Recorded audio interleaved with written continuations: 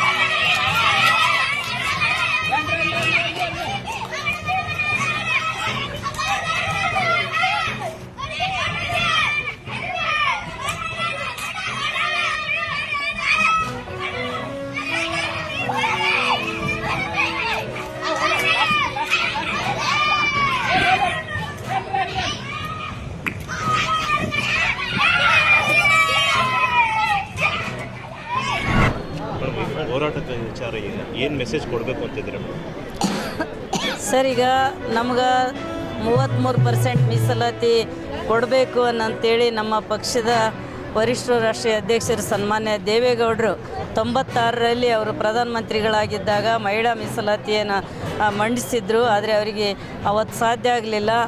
ಅದ ನಂತರ ತರುವಾಯ ಅವರು ಈಗ ಪಂಚಾಯತಿಯಲ್ಲಿ ಒಂದು ಅರ್ಧದಷ್ಟು ಮೀಸಲಾತಿ ಕೊಡೋದ್ರಲ್ಲಿ ಯಶಸ್ವಿಯಾಗಿದ್ದರು. ಆದರೆ ಪಾರ್ಲಿಮೆಂಟು ಮತ್ತು ಅಸೆಂಬ್ಲಿಗೆ ಮಹಿಳೆ ಬರಬೇಕು ಅನ್ನೋಂಥದ್ದು ಅವರು ಕನಸಿತ್ತು.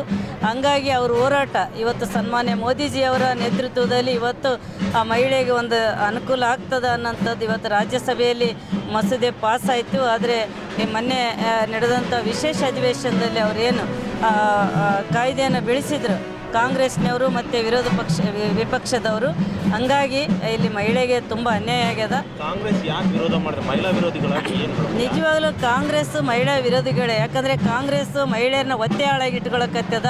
ಅವರಿಗೆಲ್ಲ ಸಣ್ಣ ಪುಟ್ಟ ಅಗ್ಗದ ಒಂದು ಏನು ಗ್ಯಾರಂಟಿಗಳು ಇಂಥವೆಲ್ಲ ಘೋಷಣೆ ಮಾಡಿ ಮಹಿಳೆಯರು ಅವರಿಗಾಗಿ ಬಡೆ ಗುಲಾಮರಾಗಿ ಅವ್ರಿಂದ ಇರಬೇಕು, ಅವ್ರಿಗೆ ಓಟ್ ಹಾಕ್ಸ್ಬೇಕು, ಕಾಂಗ್ರೆಸ್ಸಿನ ಧ್ವಜ ಹಿಡ್ಕೊಂಡು ತಿರುಗಬೇಕು, ಕಾಂಗ್ರೆಸ್ ಬಗ್ಗೆ ಪ್ರಚಾರ ಮಾಡಬೇಕು, ಘೋಷಣೆ ಕೂಗಬೇಕು ಅನ್ನೋದು ಬಿಟ್ಟರೆ ಮಹಿಳೆ ಅಧಿಕಾರಕ್ಕೆ ಬಂದು ಒಂದು ಕಾನೂನು ಮಾಡಲಿ ಆಕಿ ಒಂದು ಸಮಾನಳು ಅನ್ನೋದು ಕಾಂಗ್ರೆಸ್ಸಿಗೆ ಕಿಂಚತ್ತೂ ಇಲ್ಲ. ನಾಚಿಗೆ ಬರಬೇಕು ಕಾಂಗ್ರೆಸ್ನವರಿಗೆ.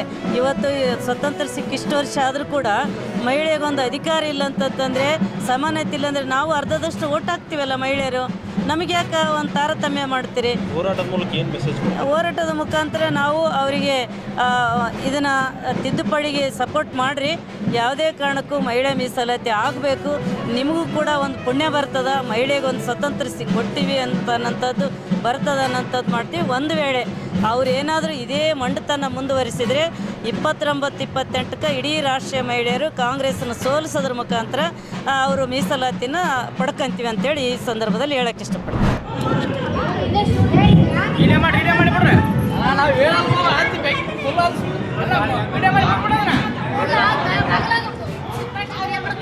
ಅವ್ರು ಮನೆಯರ ಬೆಂಕಿಲ್ಲ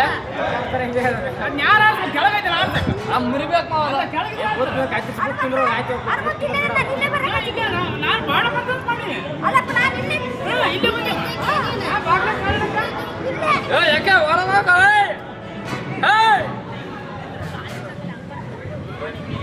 ಮಾವ ಬೆಂಕಿ ನೋಡಲ್ಲ ಅದನ್ನ ಏಯ್ ಒಳಗ ಸರಿ ಸರಿ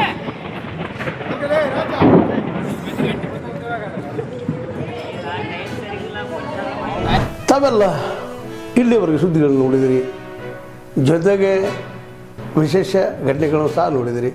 ಅದು ನಿಮ್ಗೇನು ಅನ್ನಿಸ್ತು? ನಿಮಗೆ ಲೈಕ್ ಮಾಡಿರಿ, ಶೇರ್ ಮಾಡಿರಿ, ಕಾಮೆಂಟ್ ಮಾಡಿರಿ, ಜೊತೆಗೆ ಸಬ್ಸ್ಕ್ರೈಬ್ ನಿಲ್ಲಿಸ್ಬೇಡ್ರಿ. H16 ನ್ಯೂಸ್ ಅರ್ಥಾತ್ ಸೀತಾರಾಮ್ ಸತ್ಯದ ಕೈಗನ್ನಡಿ ವಂದನೆಗಳು.